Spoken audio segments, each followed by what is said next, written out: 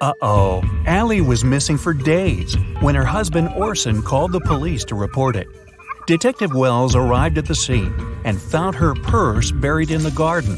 Inside, there was a note that read, "It's a sign, you're mine. I redesign your new life." The police had 3 suspects with unusual names: Orson, her husband; Ryan, her best friend; and Atlas, her brother. Who took Allie?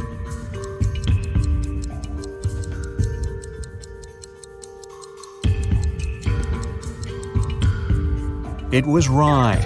Almost all the words in the note rhyme with his name. While driving in a storm, John saw 3 people standing in the rain at the bus stop, but he only had 1 seat available in his car. Who gets the ride? His childhood friend, an old lady that looks like she's freezing, or his wife?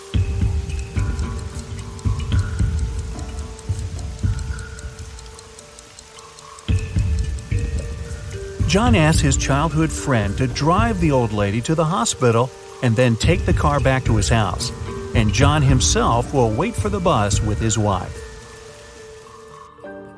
Mark is locked in a 30-foot-tall cell with an earthen floor and a window near the ceiling.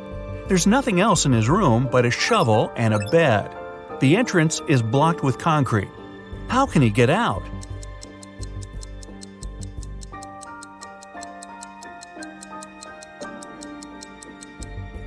Mark can shovel the soil to the wall underneath the window and climb out. Detective Jones was called one day by Border Control about a suspicious pickup truck. Every day, the vehicle went back and forth between 2 countries with a large sack in the back of its truck bed. When the detective opened the sack, it was filled with sand. What was the driver smuggling?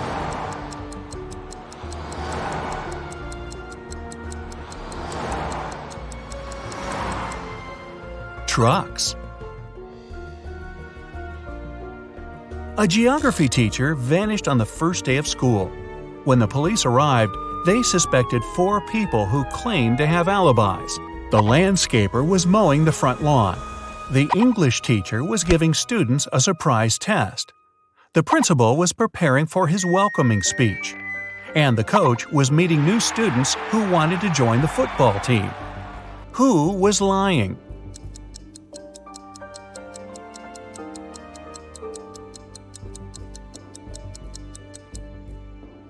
The English teacher, of course!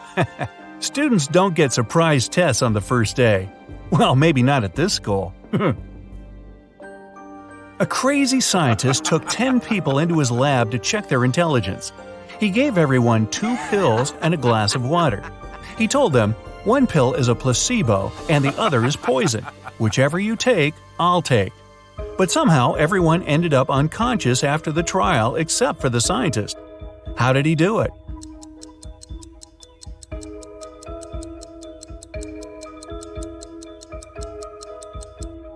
Both pills were placebo. The poison was in the water. Shane and Mia went to Japan for their honeymoon. Only Shane came back, and Mia's family called the best detective in town. What should be the detective's first move?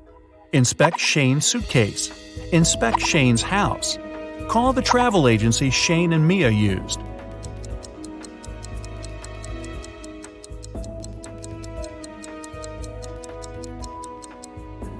Call the agency to see how many return tickets Shane had booked. He's a suspect, and he shouldn't know the police are investigating him to avoid losing the evidence.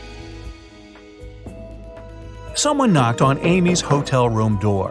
When she opened it, she saw a mysterious man. He apologized and said he'd mistaken Amy's room for his. When he left, Amy called the police. Why?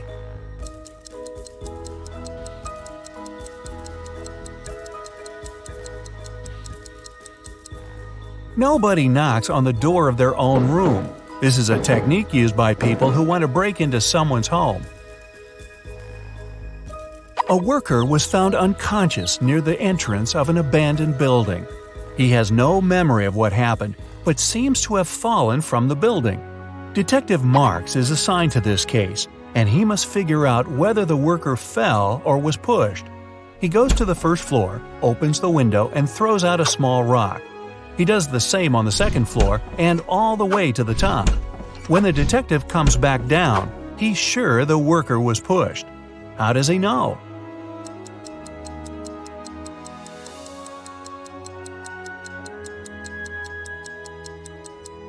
He had to open windows on all floors to throw out rocks. This was an abandoned building, and someone closed the window right after pushing the worker. James ordered a coffee from his local bakery, put in some sugar, but then noticed a fly in his cup. He told the staff member, and they took back the coffee and brought him a new one. But when he got a sip, he got angry. Why?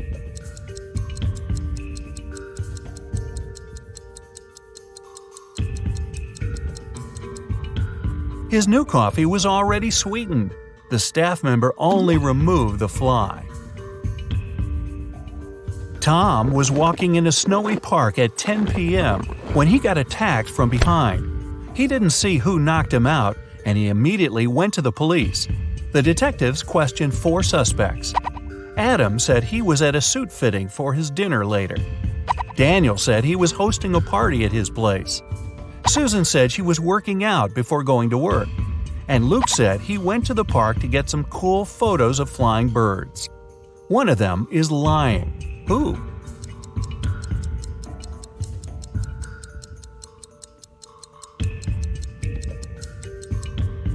It's Luke. It's next to impossible to see birds at night in winter. Right before the final soccer match, the team's goalkeeper went missing. The police arrived and they had 3 suspects from the rival team. Mike said he was signing autographs for his friends. Jake said he had broken his ankle and he was getting a massage. John was training at the gym before the match. The police immediately knew who did it.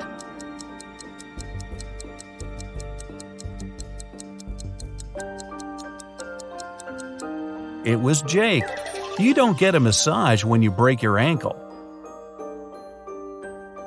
A doctor walked into an unconscious patient's ward. There, he saw a nurse buttoning up her shirt. As soon as she noticed him, she exclaimed, "It's not what you think." The nurse isn't lying, but why was her shirt unbuttoned in the first place?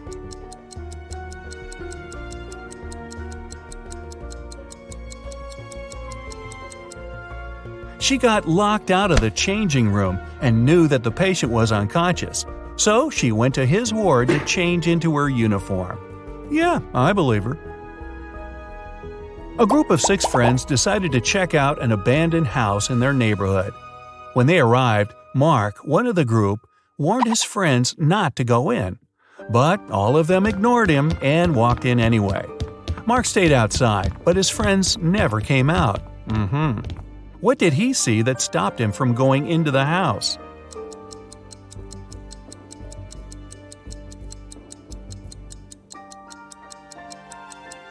There were footprints going in, but none coming out. Detective Stevenson is taken by some of his mean supervisors who want to test his intelligence. They put him in a room with 2 doors. One leads to freedom, while the other opens onto a bottomless pit. There are 2 guards, either responsible for one door. One of them always tells the truth, while the other always lies. Stevenson doesn't know who's the honest one, and he can only ask one question to one of them. What should the question be to save his life?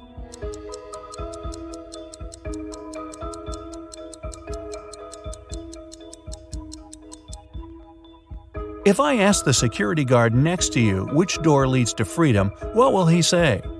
The honest guard will say that the liar will point to the dangerous door. The liar will point to that one too. No matter who Stevenson asks, he should pick the door neither of them will point at. Melissa is walking down a dark alley when she notices a dark figure following her. She walks into a restaurant and sits at a table. The mysterious figure does the same. Then she yawns and immediately knows she's got a stalker. How?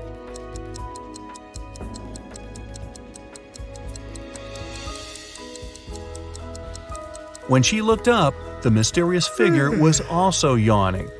It means they had been watching her. The director of a large company was found unconscious in his office. The police showed up, saw the messy office, and realized that a fight had gone down.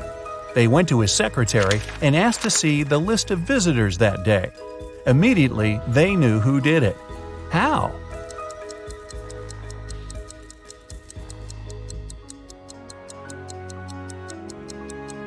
The last visitor was the culprit. During the fight, the wall clock also stopped because it got hit. It showed the exact time the last appointment took place. Sarah wanted to get some money from her brother for a house. She couldn't tell him the truth and asked him for an expensive gift. After a week, her brother gave her a glamorous tiara. Then she went to her second brother, asked for money, but he gave her jewelry. Still, she's got both money and jewelry. How is it possible?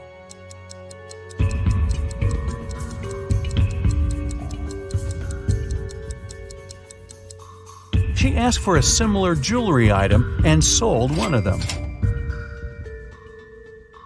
Susie went on a dating website and found 3 guys that she liked, all with some very impressive backgrounds. But only one of them is telling the truth.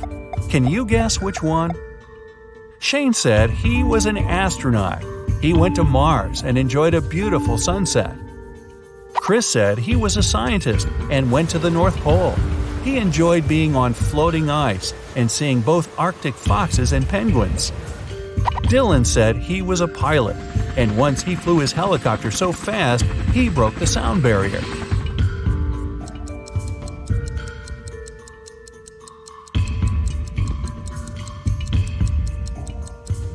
Shane is telling the truth. The sunset on Mars is blue. There are no penguins in the North Pole, and helicopters can't travel faster than the speed of sound. Oh, and yes, we'll also ignore the fact that no one's been to Mars yet. Susie also thinks Shane has beautiful eyes, so who are we to disrupt this love connection? Guess the weight. Jake was buying veggies for his lunch recipe. He purchased a bag of carrots when a shady man approached him and told him, "Sir, I don't have any money with me, but I really need those carrots. Let's make a deal. If I write your carrots' exact weight on this paper, you'll have to give them to me. If I don't, I'll give you my watch." Jake agreed, thinking there was too small a chance for the stranger to guess the number correctly. The mysterious guy scribbled something on the paper and gave it to Jake. As soon as Jake read it, he handed him the bag of carrots. What did the man write on the paper?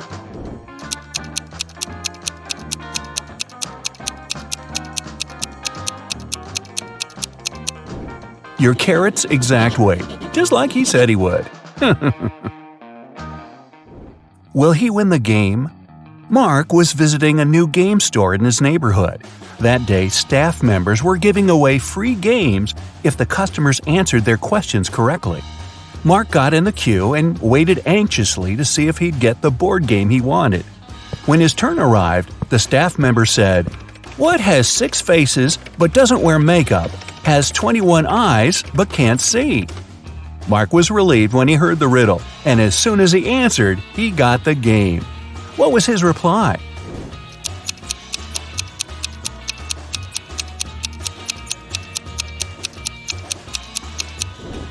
A dice. The indivisible apples.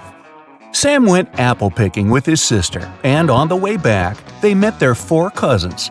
There were only 5 apples in the basket, and Sam had to divide them equally between his sister and their cousins.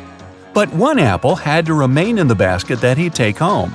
How would he divide the apples?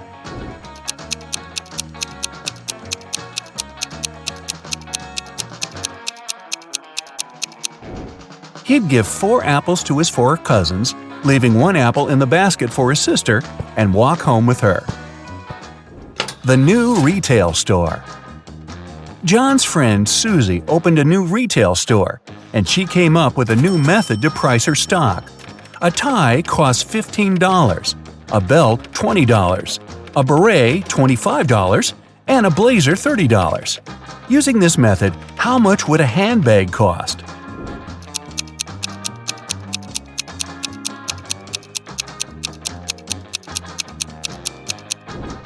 $35.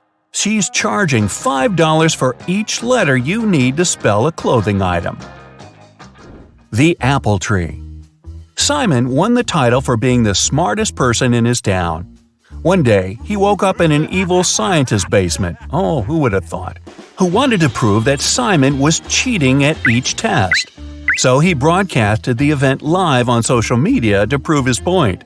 He said, "All right, Simon, I'll ask you a simple math question. A farmer in California has an apple tree in his backyard and supplies the fruit from the tree to a local grocery store. On Sunday, the store owner called the farmer to see how much fruit he'll deliver on Monday. The farmer knows that the main trunk has 26 branches. Each branch has exactly 15 boughs, each bough 8 twigs, and each twig 1 fruit. How many oranges will the farmer deliver?" Simon immediately gave the correct reply. Can you?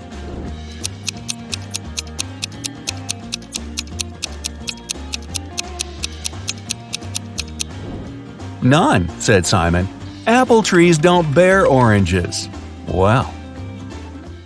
When partying goes wrong. Mason, Jacob, Susie, and Edward were having a party at Edward's place. The next day, Edward was found unconscious, and none of the 3 friends knew what happened to him. When the police showed up, they found a note next to Edward's calendar. It read 3, 4, 9, 10, 11. Immediately, the detective knew who did it. What about you?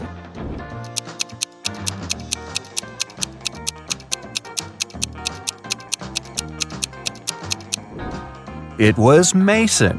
The note was next to a calendar. Take the first letters, transform them into months, and you get Mason.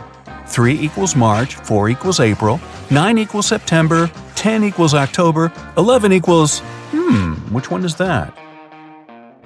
Where's Mary? Sarah and Jamie were spending the weekend at Mary's house.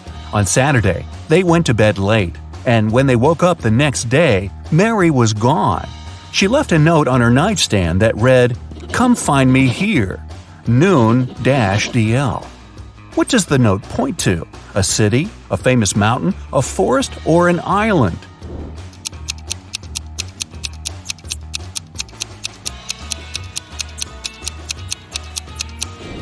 A city. If you unscramble the letters, it reads London. The right door. Mike was driving for 7 hours on the freeway when his tire blew up. He called for help, and they said it will cost him $200 to fix it. He was angry because he was thirsty, hungry, and didn't have any money. In front of him, still sitting in the car, 3 doors appeared, each with signs above showing where they lead. The first is full of food: burgers, spaghetti, lobsters, and pizza. The second is topped with beverages, from energy drinks to sodas and iced teas. The third door has $1 million in cash. Which door should Mike open first?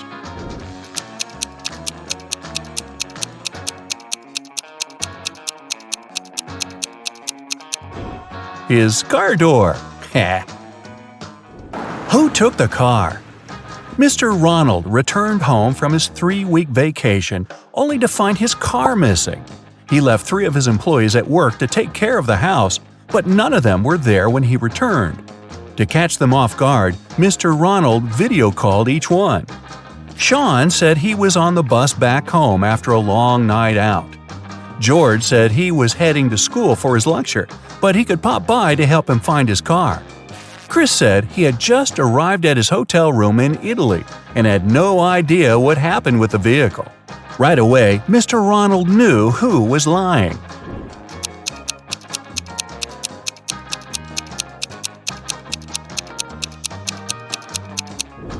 It was Chris. The clock behind him showed the exact same time as the one on his phone. He wasn't in Italy. The correct path.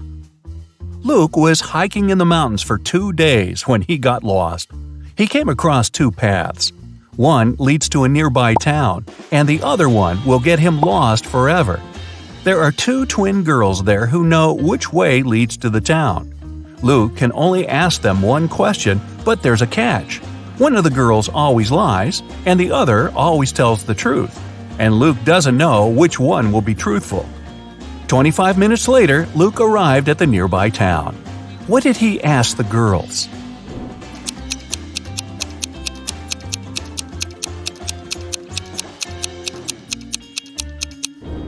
If I ask your sister for the correct path, which one would she show me? They'll both point in the same direction, which means Luke took the path they didn't point at. Where's he hiding? Jim escaped from prison on Saturday. The police had been patrolling the town he was last seen in until they got a tip. A neighbor saw him entering one of these three houses, but he couldn't remember which one. The police took a closer look at the houses and arrested him. How did they find out the correct house?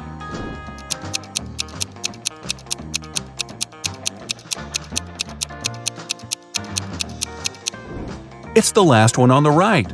The car is facing the road, a common technique people on the run use to get away without losing time. Where does she live? Mia left her mother's home because they had a big argument. Her mother wanted to know where her daughter was going, but when she got back home from work on Tuesday, Mia was still missing. Mia didn't have a phone, and her mom didn't know where she went. 2 hours later, she found out where she was staying. How?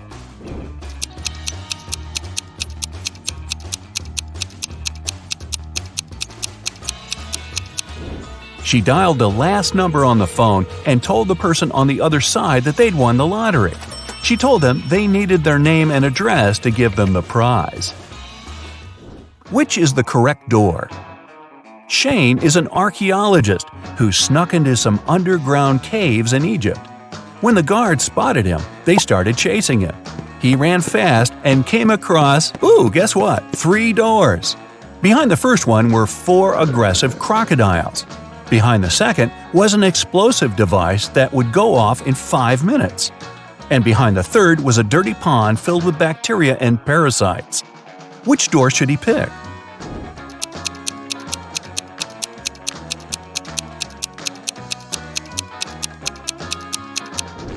The second door.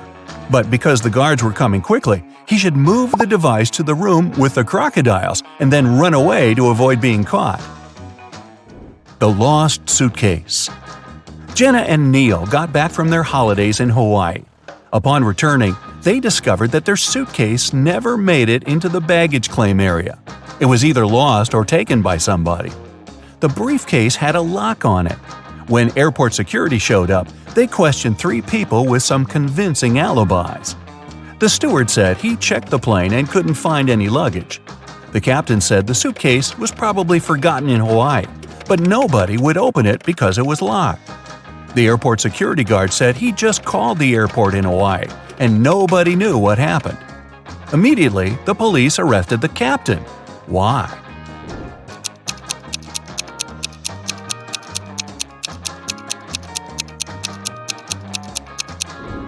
He knew the suitcase was locked, but nobody told him that.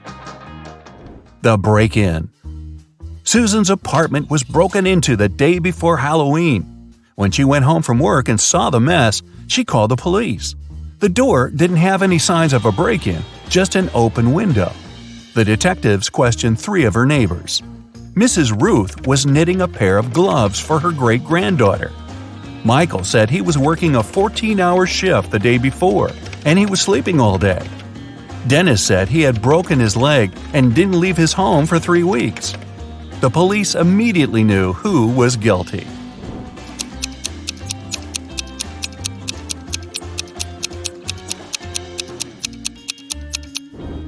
It was Michael. He was the only one able to climb into a window.